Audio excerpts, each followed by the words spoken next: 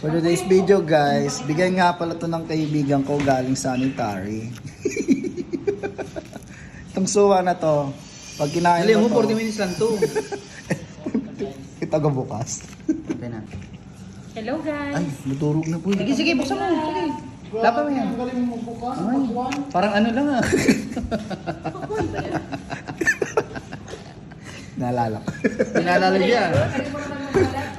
Kakabalik ko lang, boy. Wag mo. Uy, biyakin mo kasi. Yung biyak na biyak. Nabiyak na nga eh. Laban na yun. Warak na warak. Dali mo na.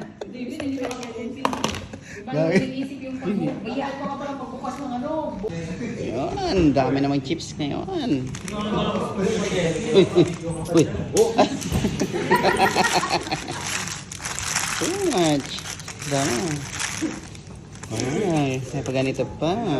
This is a medicine for hypertension. Uy! When someone is having hypertension, Hi guys! Ito yung pagkain natin for today's video. Napakarami nating saba. Ito yung kakainin natin ngayong buong araw. Kundi saba. Saba lang. Saba lang, sapat na. Ganito karaming saba ang aking niluluto. Ito na yung hilaw pa. Ito yung luto na. Paluto na. Prito lang natin siya. Ang daming saba. Sarap! Tayong baboy na gagamitin natin sa saba. Itong luto nito. Anong luto ito, te? Minudo. Minudo. At tapos saging. Wow, panalo. Dito sa UAE, dahil busy ang mga person, matatagpuan mo ang saba with sugar-coated na. Dahil sobrang busy namin, instant na mga lutuin. So, no more balat-balat, no more slice-slice, just fry it, and then saba na.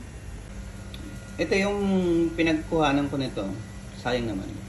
Edit natin dito yung saging.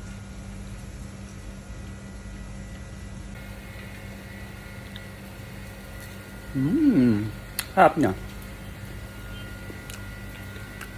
Pwede na po ang ating food guys. Ito na po ang ating pagkain for today's video. Ayan, sarap. Ito lang sapat na to. Tara, kain na tayo!